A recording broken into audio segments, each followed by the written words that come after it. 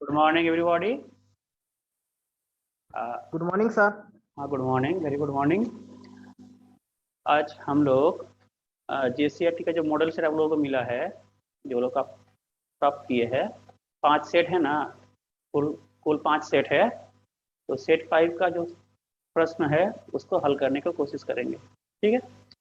उसके सॉल्यूशन और जो प्रत्येक प्रश्न के मतलब प्रश्न जो आएगा उसके अकॉर्डिंग जो रूल है, जो नियम है, वो भी बताते जाएंगे। आप लोग गौर कीजिएगा, ठीक है, क्योंकि उस टाइप का ही क्वेश्चन आएगा तो किस फार्मूला से या किस नियम से बन रहा है वो भी बताते जाएंगे। सेट 5 में कुल 40 क्वेश्चन है, तो सभी प्रश्न अनिवार्य है, कंपलसारी है, और मल्टीपल चॉइस क्वेश्चन होता है ना, ऑप्शन रहता है 4 ऑप्शन ABCD। जो सही प्रश्न मतलब जो सही ऑप्शन है उसी को चूज करना है।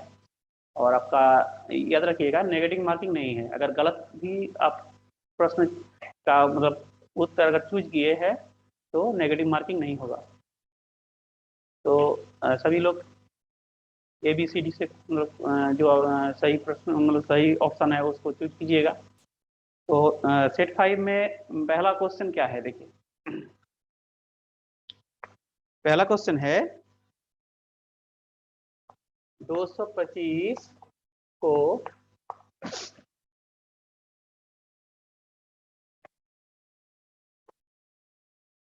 अभाज्य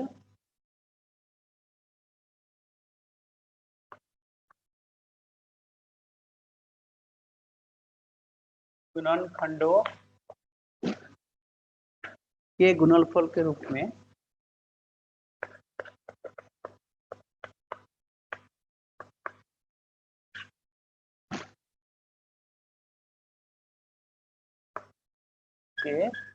में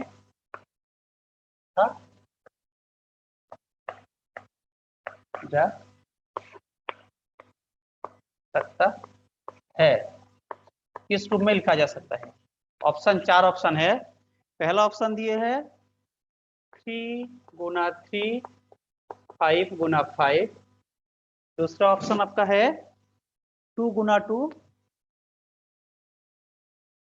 3 गुना 5। तीसरा आपका है 2 गुना 2 गुना 3 गुना 7। और चौथा है 2 गुना 2 गुना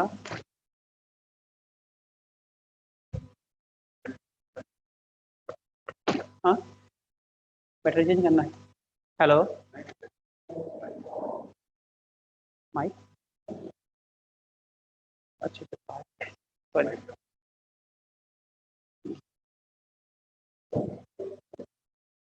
देखिए 4 ऑप्शन है कि 225 को अगर आप हम लोग अभाज्य गुणनखंडों के गुणनफल के रूप में लिखते हैं तो किस फॉर्म में होगा, किस रूप में आएगा? ये बहुत ही आसान नंबर सवाल ए सर। है।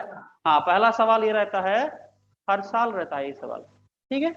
तो अभाज्य गुणनखंड विधि आप सब लोगों को करना आता है ना। 225 2 से नहीं जाएगा, 3 से जाएगा कि नहीं जाएगा? देखिए अंकों को जोड़िए, 2 प्लस 2 प्लस 5 9 हो रहा है। 9 को भागा दे सकते 3 से, तो 3 से ये जाएगा। 2 से तो नहीं जाएगा, 3 से जाएगा। देखिए 3 से भाग देने पर क्या हो रहा है? देखिए 3 और 75। फिर जोड़िए 7 प्लस 5 यानी 12। 3 से भागा हो रहा है तो 3 25। अब क्या है? 5 से जाएगा, 5 से 5। तो ऑप्शन कौन सा हो रहा है? देयरफॉर 2 to 5 225 हो जाएगा। 3 गुना 3 5 गुना 5, ठीक है।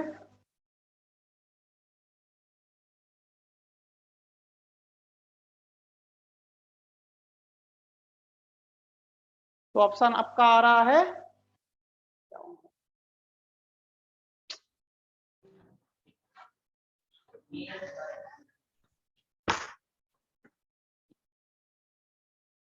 ऑप्शन आपका आ रहा है ऑप्शन ए।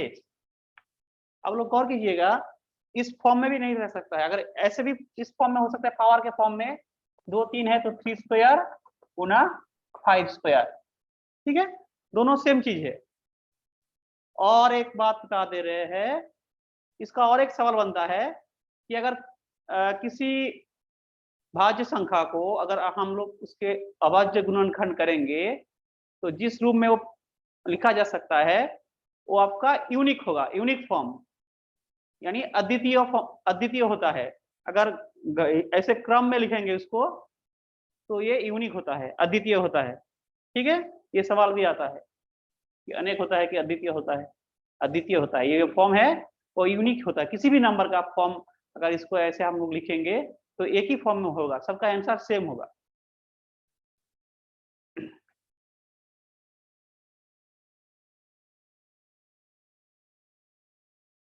तो इस टॉपिक से अगर कोई क्वेश्चन आएगा सभी लोग कर पाएंगे मेरे ख्याल से।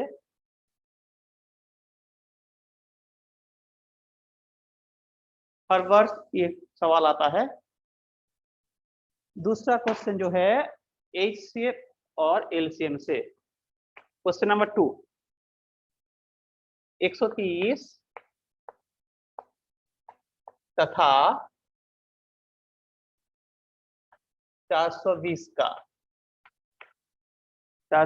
का एचसीएफ दिया है 10, एचसीएफ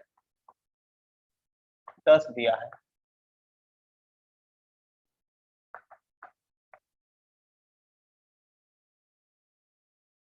फिर 130 तथा 420 का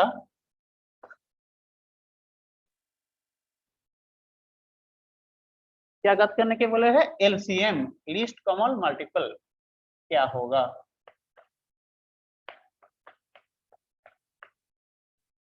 ऑप्शन भी दिया है 4400, 6400, ऑप्शन सी 5460, 5460 और आपका 6540।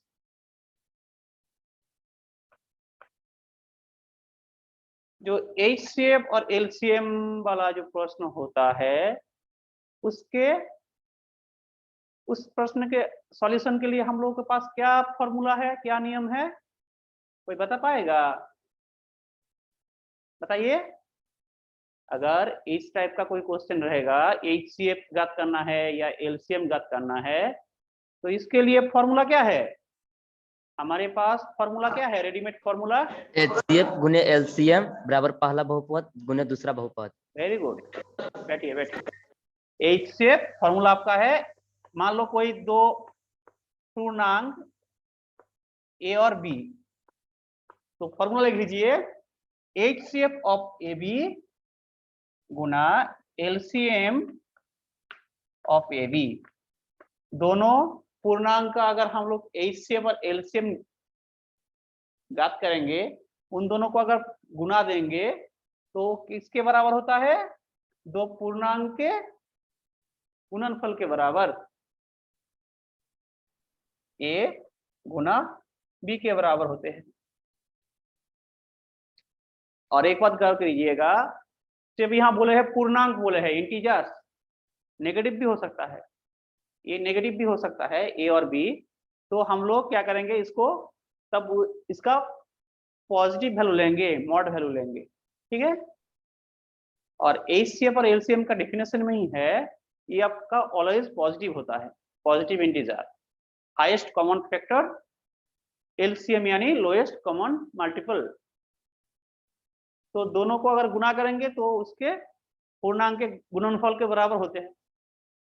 तो यहाँ ए बराबर कितना है, 130 है, बी बराबर 420 है, तो एचसीएफ 10 दिया है, दिस इंप्लाई एचसीएफ का यहाँ दिया है 10, आपको ज्ञात करना है एलसीएम, 10 गुना एलसीएम बराबर ए का वैल्यू है 130, बी का है 420, तो एलसीएम क्या होगा, ये फॉर्मूला लिख लीजिए कॉपी में। तो एलसीएम हो जाता है 130 420 10, एक 10 के साथ ये शून्य काट दीजिए, 13 हो रहा है, तो गुना कीजिएगा तो 13 शून्य शून्य 26,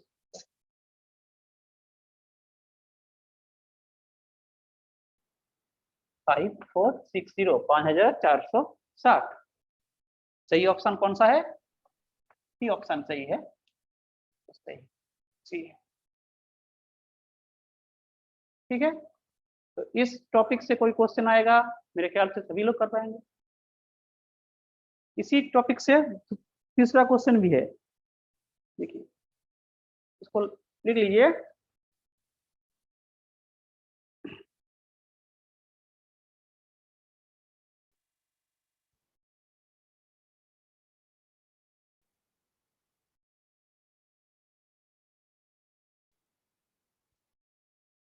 तीसरा प्रश्न दिया हुआ है, यदि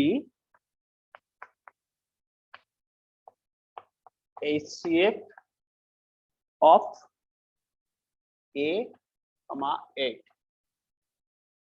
बराबर 4 है एंड LCM दिया हुआ है, LCM ऑफ A8 बराबर 24 है, तो A का मान क्या होगा है, तो A का मान क्या होगा, ऑप्शन भी है 8 B 10, option C 12, D 72। Sir ji, हाँ बोलो। अथी क्वेश्चन में कौन सी लिखे 1,3? बोलो क्या, सवाल में सर जी, सवाल में 1,8 8। अच्छा ठीक है सर। हाँ जल्दी बनाइए, इसी फॉर्मूला से बनेगा।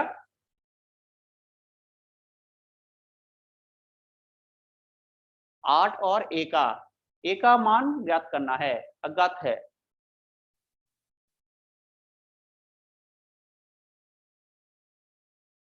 देखिए एक ही फॉर्मूला से दो क्वेश्चन हो रहा है, दो क्वेश्चन का सॉल्यूशन हो रहा है।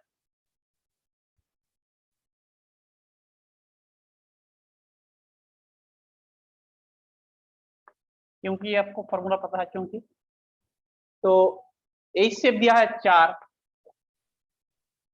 एलसीएम दिया हुआ है 24, ये दो ये प्रोडक्ट के बराबर होते हैं, ए और 8 के बराबर, ए गुना 8। इसको घुमा के लिख लेते हैं, 8a बराबर 4 गुना 24, तो ए बराबर हो जाएगा 4 गुना 24 बटा 8 यानी 12, ऑप्शन सी। तो यहाँ भी ऑप्शन सी हो रहा है।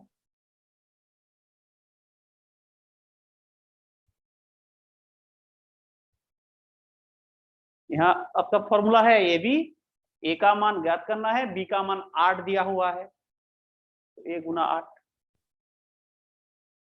और ये left hand side right hand side है, घुमा सकते हैं राइट हैंड साइड के बराबर left hand side.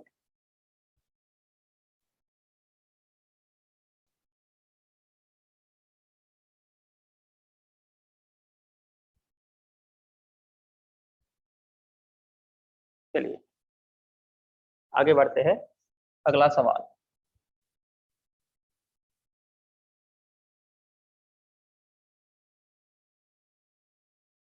Question number 4,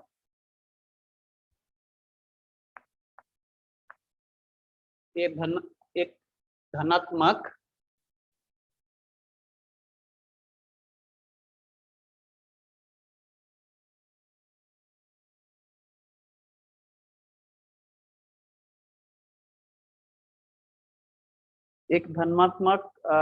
संख्या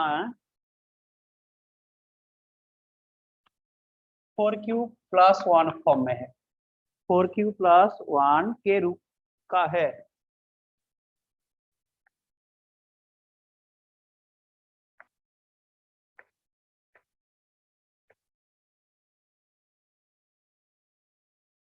तो यह संख्याएं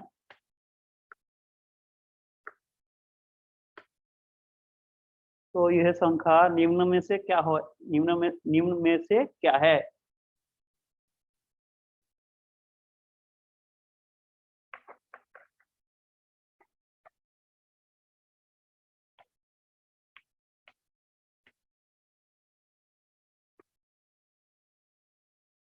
किसी भी धनात्मक संख्या है जो इस फॉर्म में है 4q + 1 के रूप में है, तो किस प्रकार के संख्या होगा? सम होगा कि विषम होगा? ऑप्शन विषम होगा दिया सर। विषम होगा। सम बता रहे हैं, इसका नियम भी बता देंगे क्यों विषम हो रहा है। विषम, अपरिमेय और जीरो।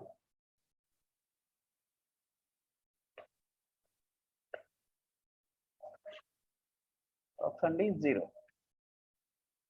सभी को पता है विषम होगा। अगर चेक करना है किसी एक नंबर बिठा दीजिए क्यू के स्थान पे, 1 बिठाइए 5 हो रहा है, 2 बिठाइए 9 हो रहा है, विषम ही हो रहा है, तो विषम होगा। ये तो अभ्यास से विषम होगा। और किस फॉर्म में है इसका? सिर्फ 4q + 1 भी विषम में है। देखिए कोई भी संख्या को आप लोग ज्ञात कर लीजिए, ये फॉर्मूला कहाँ से आ रहा था, किताब में है। सम संख्या को कैसे, सम संख्या को किस फॉर्म में रूप में लिख सकते हैं?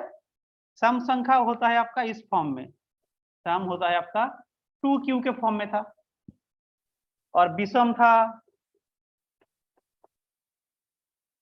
2q + 1 के फॉर्म में। तो बताइएगा सर ये तो नहीं था, 4q तो नहीं था, 2q और 2q + 1 है, तो 4q + 1 कहाँ से आ गया? किसी भी संख्या को अगर 2 से भगा दीजिएगा, ये आपका एल्गोरिदम आता है, डिवीजन एल्गोरिदम। 2 से भगा दीजिएगा तो शेषफल क्या हो सकता है? या तो 0 हो सकता है या 1 हो सकता है। कोई भी संख्या को अगर 2 से आप भगा दीजिएगा, कोई भी संख्या यानी प्राकृतिक संख्या या प्राकृतिक संख्या को, धनात्मक संख्या को अगर 2 से भगा दीजिएगा पूर्णांक को, तो या तो उसका शेषफल 0 हो सकता है या 1 हो सकता है। तो फॉर्म याद करिए क्या था? a बराबर bq + r। किसी भी संख्या को अगर मान लो क्वोशंट q से भगा दे रहे हैं तो वो होता है bq + r। तो एक फॉर्म है 2q + 0 और एक फॉर्म है 2q + 1। तो यहाँ 4q + 1 कहाँ से आ गया? कि वो संख्या को हम 4 से भगा दे रहे हैं। तब क्या क्या ऑप्शन हो सकता है? एक आपका हो सकता है 4q यानी 4q + 0, या उसको भगा देने से शेषफल 1 आ रहा है, तो ये फॉर्म हो सकता है 4q + 1। अगर शेषफल 2 हो सकता है 4q + 2, और एक फॉर्म हो सकता है, रूप हो सकता है 4q + 3। क्योंकि आप 4 से भागा दे रहे हैं तो शेषफल तो 4 नहीं होगा, शेषफल 4 से छोटा होगा, या तो 0, 1, 2, 3। तो ये 4 फॉर्म में किसी भी संख्या को हम व्यक्त कर सकते हैं। अब देखना है कि इसमें सम कौन सा है और विषम कौन सा है। देखिए इसको 2 से भागा दे सकते हैं, तो ये आपका हो जाएगा सम संख्याएं, और ये दोनों जो छूट गया, ये 2 होता है विषम संख्या के रूप। तो यहाँ अगर क्वेश्चन में अगर आपका 4q + 1 है, उसके लिए भी ऑप्शन विषम होगा, और अगर 4q + 3 है उसके लिए भी ऑप्शन आपका विषम ही होगा। बाकी 2 के लिए देखिएगा सम हो जाएगा। मान लीजिए प्रश्न में 4q + 1 है, इसकी जगह 2 लिख दिए है, तो आपको सम संख्या में ऑप्शन चूज करना होगा। इसीलिए फॉर्मूला बता दे रहे हैं कहां से आ रहा है। ठीक है, ये 4 के लिए है, 5 के लिए भी हो सकता है, 6 के लिए भी हो सकता है, 5q + 1, 5q + 2 ऐसे करके 4 तक जाएगा। तो ये भी यहाँ से आपका ये प्रश्न आया है, तो ये भी नोट कर लीजिए। ये आपका हो जाता है सम, ये दोनों हो जाता है सम संख्याएं, बाकी 2 हो जाता है विषम संख्याएं के।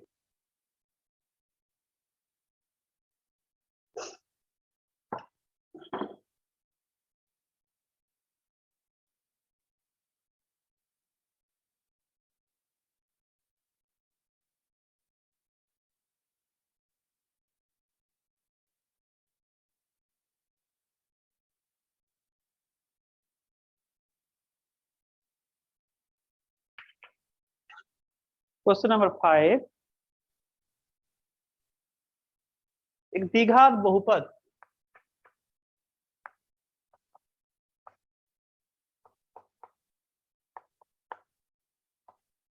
बहुपद दिए है x² + 7x + 2।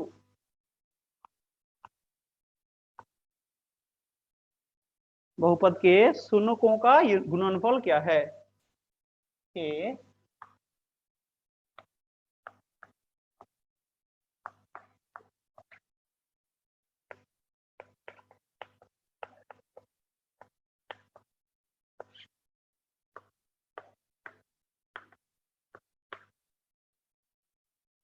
शून्यकों का गुणनफल क्या है? ऑप्शन दिया हुआ है।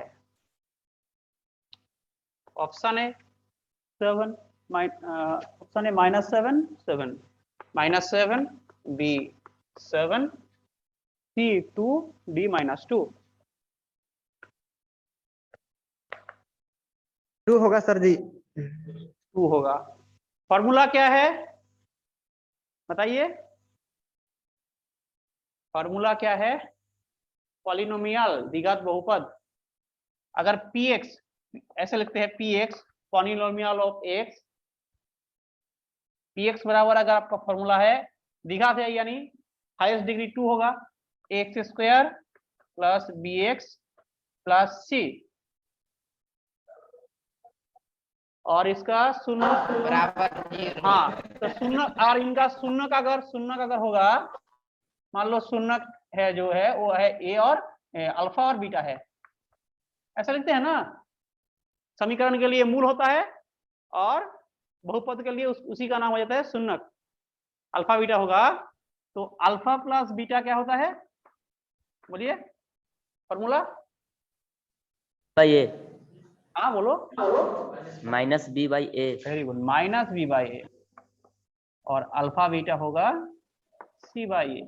देखिए यही फॉर्मूला द्विघात समीकरण के लिए भी होता है। तो फॉर्मूला जिसको पता नहीं फिर से नोट कर लीजिए, c/a। तो यहाँ गुणनफल बोले हैं यानी अल्फा बीटा बोले हैं, तो ये क्या होगा? दिया है क्या? दिया है। इसको अगर इससे टैली करेंगे, a बराबर आपका है 1, b बराबर 7, c बराबर 2, देयरफॉर अल्फा बीटा हो जाएगा c/a यानी 2/1 यानी 2, ऑप्शन सी। ये आपका सॉल्यूशन है, ये फॉर्मूला है और ये सॉल्यूशन है।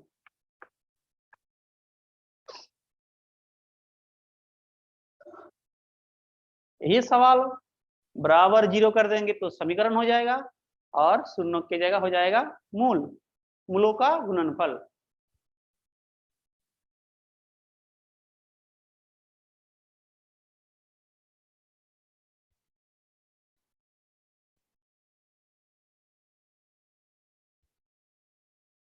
चलिए आगे बढ़ते हैं।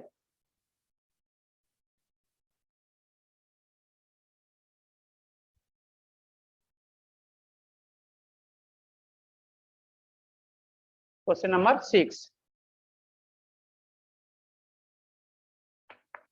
यदि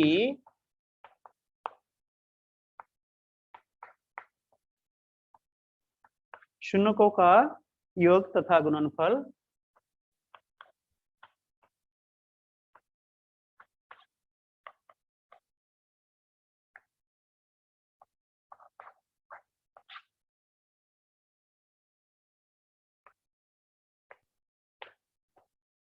क्रमशः क्या है? 3 और -2 है, 3 और -2 है, तो द्विघात बहुपद क्या होगा? बहुपद हो तो द्विघात बहुपद क्या होगा?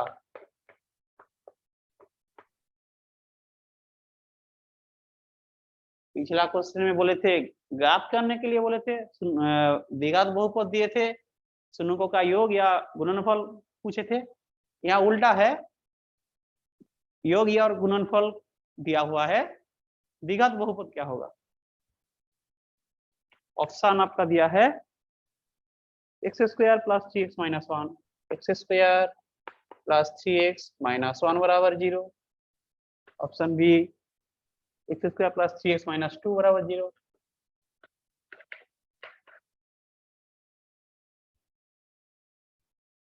थोड़ा सा टेक्निकल फॉल्ट है क्वेश्चन में, ऊपर बोल रहा है बहुपद और नीचे आपका समीकरण दे रहा है x square minus 3x plus 2 बराबर 0, x square plus x square plus x minus 3 बराबर 0। ऑप्शन सही नहीं है, टेक्निकल गलत मतलब एरर है। ऊपर बोल रहा है कि द्विघात बहुपद क्या होगा और नीचे दे रहा है द्विघात समीकरण। चलिए प्रश्न में है ऐसा, आप लोग सही कर लीजिएगा, वहां बराबर 0 को मिटा दीजिएगा, बस ये है। ऑप्शन जो है बराबर 0 नहीं होगा, क्योंकि द्विघात बहुपद बोले हैं, बहुपद इस टाइप का मिलता है। अगर बराबर 0 के बराबर कर दोगे तो वो समीकरण बन जाता है। ठीक है, तो ऑप्शन सही ऑप्शन इस टाइप का होगा, क्योंकि यहाँ शून्य को बोले हैं। अगर मूल बोलते तो यहाँ मूल लिख लेते और वहां लिख देते द्विघात समीकरण, तब ऑप्शन सही रहता। कौन सा ऑप्शन होगा? सी ऑप्शन होगा। सी ऑप्शन होगा। ठीक है, देखते हैं फॉर्मूला बताइए। द्विघात बहुपद का फॉर्मूला लगेगा। हाँ, फॉर्मूला क्या है? बहुपद px बराबर x square minus alpha plus beta into x. Very good, बैठिए बैठिए। X square minus alpha plus beta into x plus alpha beta, ये फॉर्मूला लिख लीजिए। द्विघात समीकरण के लिए भी सही है, बस ये बिछाना है।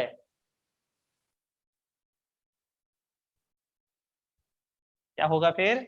px बराबर एक्स स्क्वायर माइनस अल्फा का मान आपका दिया है 3, बीटा का minus 2, 3 minus 2 x plus 3 into minus 2।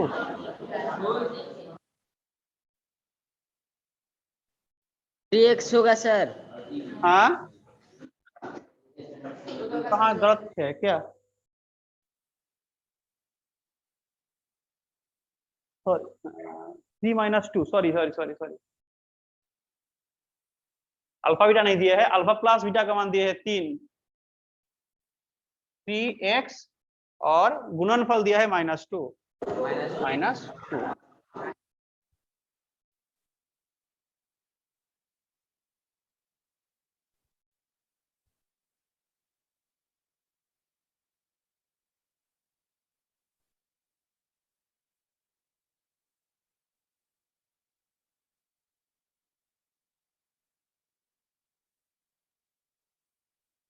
Option यहाँ माइनस है, ऑप्शन चेंज कर लीजिए, यहाँ माइनस है, क्वेश्चन गलत लिखे थे। X square minus 3x minus 2।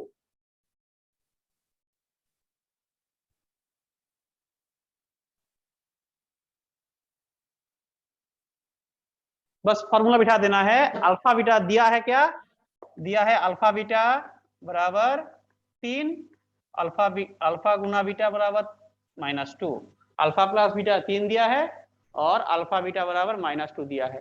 बस फॉर्मूला वो उसका मान रख दिए है, अल्फा प्लस बीटा की जगह 3 रख दिए है और अल्फा गुना बीटा की जगह रख दिए है -2। जो फॉर्मूला जो आंसर आएगा वो ऑप्शन सी के बराबर हो रहा है। हर क्वेश्चन का आंसर सी हो रहा है, इसका मतलब ये नहीं कि आप लोग भी अगर नहीं कर पाओगे तो सी मत दीजिएगा।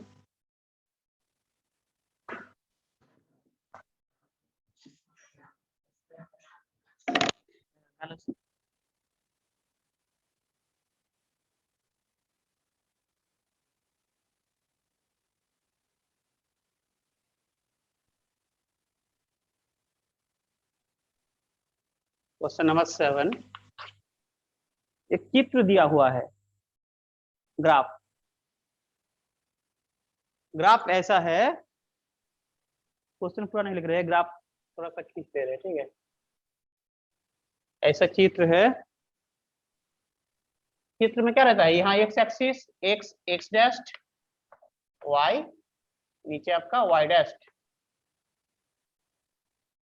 चित्र ऐसा है, ऐसे आया ऐसे, ये आपका पी एक्स है, बहुपद है पी एक्स। क्या ज्ञात करने के लिए बोले हैं कि इनके शून्यकों की संख्या कितने होंगे। 3 होगा सर। ऑप्शन दिया हुआ है 0 1 2 3। हाँ, ऑप्शन दिया हुआ है 0 1 2 और 3। 3 होगा, तीन क्योंकि सर। तीन होगा क्योंकि एक्स एक्सिस को जिस जिस बिंदु पे कट किए हैं, प्रतिच्छेद किए हैं, उस बिंदु में उनका शून्यक रहते हैं। शून्यक या अगर द्विघात समीकरण है उसके लिए मूल रहता है, ठीक है। बहुपद के लिए शून्यक और द्विघात समीकरण के लिए मूल। तो ऑब्वियसली 3 है, बहुत इजी है। अगर ऐसा है कि काट नहीं करते हैं तो कोई नहीं है, एक में कट करेगा तो एक, 3 बिंदु में कट किए हैं तो 3। चलिए अगला सवाल।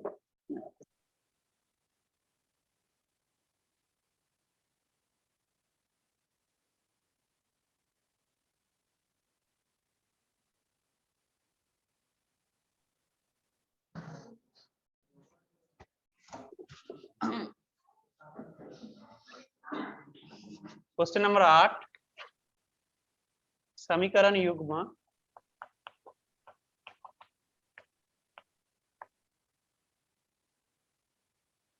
सेट 5 मैथमेटिक्स है। आवाज नहीं आ रहा है इसका। x प्लस 3y प्लस 4 बराबर 0 तथा 4x माइनस 5y प्लस 6 बराबर 0 का ऑप्शन ए अद्वितीय हल होगा।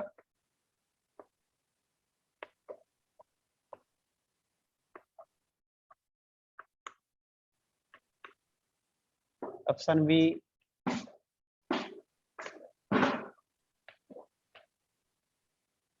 अनेक हल होगा। सी कोई हल नहीं।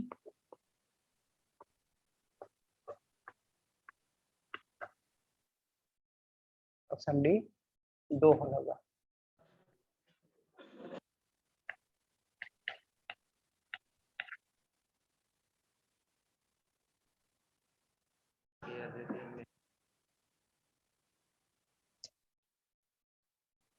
बोलिए कौन सा ऑप्शन होगा।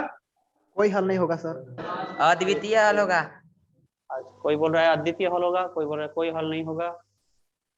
चलिए पहले तो हम लोग जान लेते हैं कि इस किस फॉर्मूला से बन रहा है, किस नियम से, किस नियम के आधार पर ये हो रहा है। अगर 2 समीकरण दिया रहेगा उसके लिए 3 ऑप्शन होता है ना, एक तो अद्वितीय हल होता है, एक अनेक हल होता है, एक कोई हल नहीं रहता है। तो फॉर्मूला क्या है, मान लो a1x plus b1y plus c1 बराबर 0, पहला समीकरण।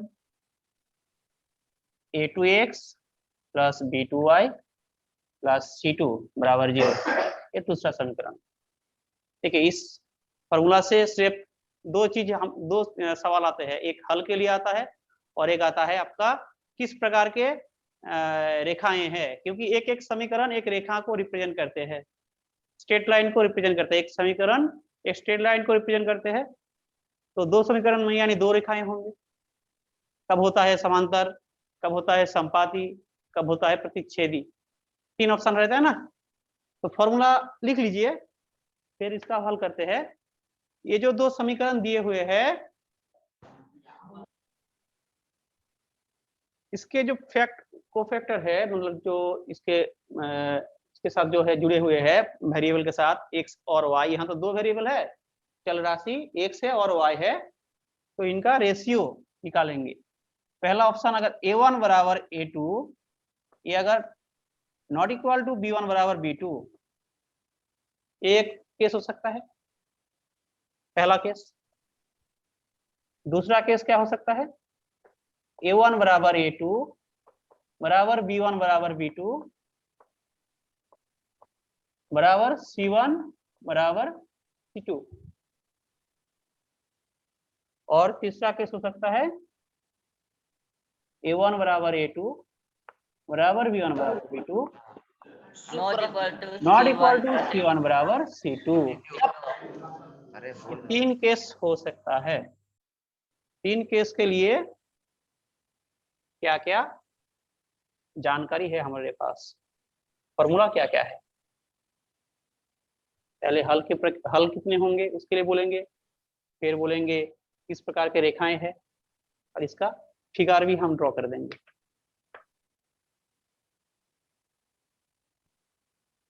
हॉल के लिए बोलते हैं, देखिए अगर पहला A1 बराबर A2 not equal to B1 बराबर B2, तब क्या होता है ना, तब इस प्रकार के फिगर होता है। पहला एक रेखाएं और दूसरा रेखाएं एक बिंदु पर प्रतिच्छेद करते हैं। जिस बिंदु पर ये प्रतिच्छेद करता है ना, उसका जो कोऑर्डिनेट है वही होता है हल। तो इसको हम बोलेंगे प्रतिच्छेदी रेखाएं।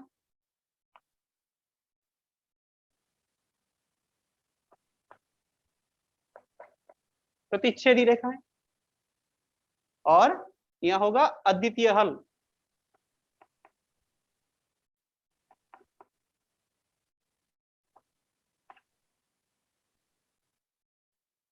अद्वितीय हल होगा।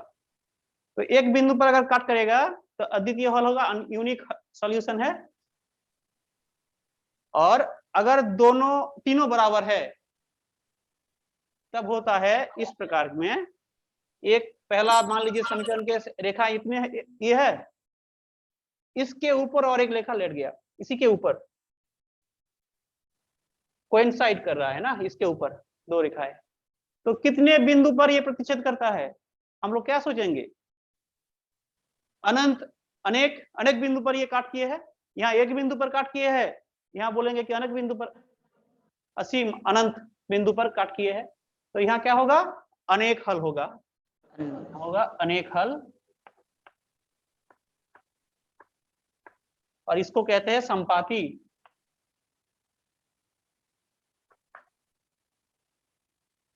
संपाती रेखाएं। तीसरा ऑप्शन क्या है, A1 बटा A2 बराबर B1 बटा B2 not equal to C1 बटा C2। इसके लिए जो दो समीकरण दिया हुआ है, तो दो रेखाएं कैसे होंगे, समांतर, ये और ये रेखा, यानी दोनों तरफ बढ़ा सकते हैं इसको। रेखाखंड नहीं है, रेखाएं है। तो देखो इसमें कितने बिंदु पर काट किए हैं, इसको अगर हम बढ़ाते जाएंगे कभी भी कट नहीं करेगा, प्रतिच्छेद नहीं करेंगे। तो इसको कहते हैं समांतर रेखाएं। समांतर रेखा, इसका कोई हल नहीं होगा। हाँ, तो किसी बिंदु पर काट नहीं किए तो कोई हल नहीं है।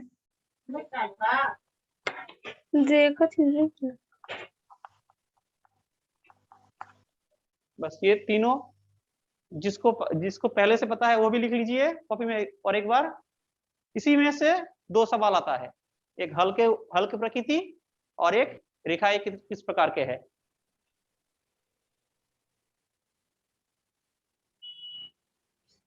इसको नोट कर लीजिए और फिर ये जो सवाल है उसको हम देखते हैं ये क्या हो रहा है। सर, हाँ बोलो। विरोधी और अविरोधी किसको कहते हैं? बोलो फिर से, सॉरी बोलो। विरोधी और अविरोधी। विरोधी और विरोधी रेखाएं। हाँ, अभी तो पहला बात सुन रहे हैं, ठीक है, हम बता करके बताएंगे अगले क्लास में। विरोधी और विरोधी देखेंगे, ठीक है। अभी तुरंत नहीं बोल पा रहे हैं, अभी पहली बार सुन रहे हैं काम। इसको पहले लिख लो और ये सवाल कर लो कौन सा हो रहा है। देखो हम नोट कर रहे हैं, ठीक है, विरोधी और विरोधी। अगले दिन मेरा क्लास है, बता देंगे। A1 बटा A2 यानी कितना आ रहा है 2/4 यानी 1/2। V1/V2 या V1 3 है 3/-5। देखिए ये दोनों नॉट इक्वल टू हो गया तो C1/C2 निकालने का जरूरत नहीं है। तो इस ऑप्शन आ गया ना, ये दोनों नॉट इक्वल टू है तो प्रतिच्छेदी रेखाएं होंगे तो हल भी अद्वितीय होगा। तो जो बच्चे बोल रहे थे कोई हल नहीं, वो गलत थे, अद्वितीय हल होगा। इसका C1/C2 क्या होगा? C1/C2 इसका होगा 4/6 यानी 2/3। तो ये पहला केस से आ रहा है तो अद्वितीय हल होगा।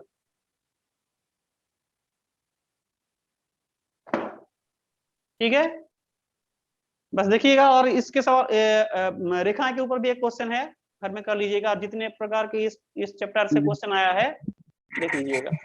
ओके ठीक है, अगला क्लास फिजिक्स का क्लास है, क्लास 12 का, आप लोग जुड़े रहिएगा। Okay thank you. Thank you sir.